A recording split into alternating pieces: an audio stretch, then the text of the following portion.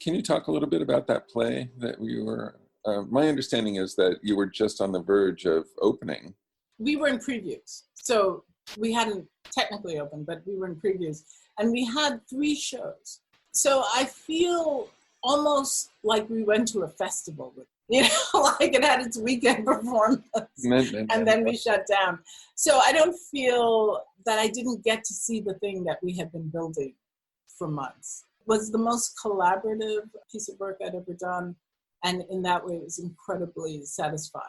Shamel Pitts, the choreographer, I should tell you it was basically a show that adapted the piece I wrote for the New York Times on speaking to white men in liminal spaces.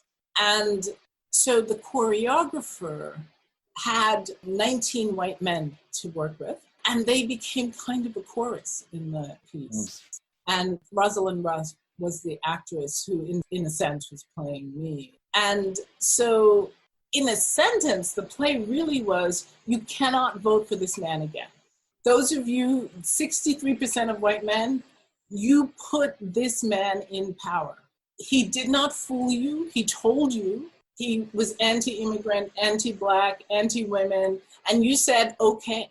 And maybe the election was stolen, maybe the Russians were involved, but 63% of you did vote for him. And so the play was really that. It was like, you did this, you can turn it around. How was the response in your weekend festival there? You did get 3 different audiences. We had 3 different audiences. We had 3 nights of standing ovations. And as far as I know, the play was pretty much sold out up to opening night. Mm-hmm. So, yeah. It's a very tough time to be thinking about mounting a play, but are there any plans, or is it your hope to bring it back in any form, or does it feel like its moment is past?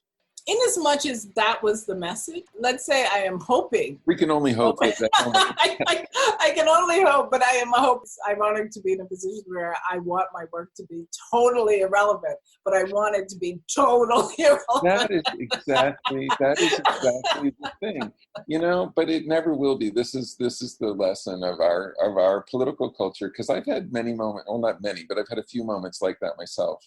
For about a minute after Obama was elected, it was only about a minute. I thought, man, and this thing I've devoted my career to for 20 years is like, wow, we're in a new moment. Well, actually, no. We're not.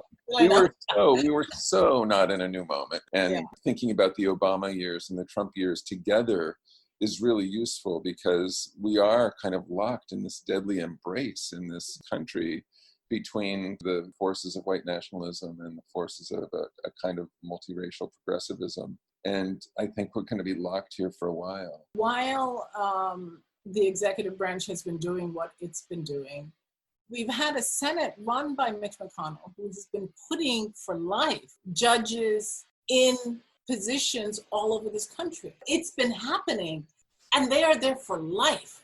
And we all know that mass incarceration is the new Jim Crow, is the new apparatus of slavery. So we could have, I don't know who the ideal president and the ideal VP would be, and a totally new Senate. It's not going to change. So there's the same structure. Yeah, the structure.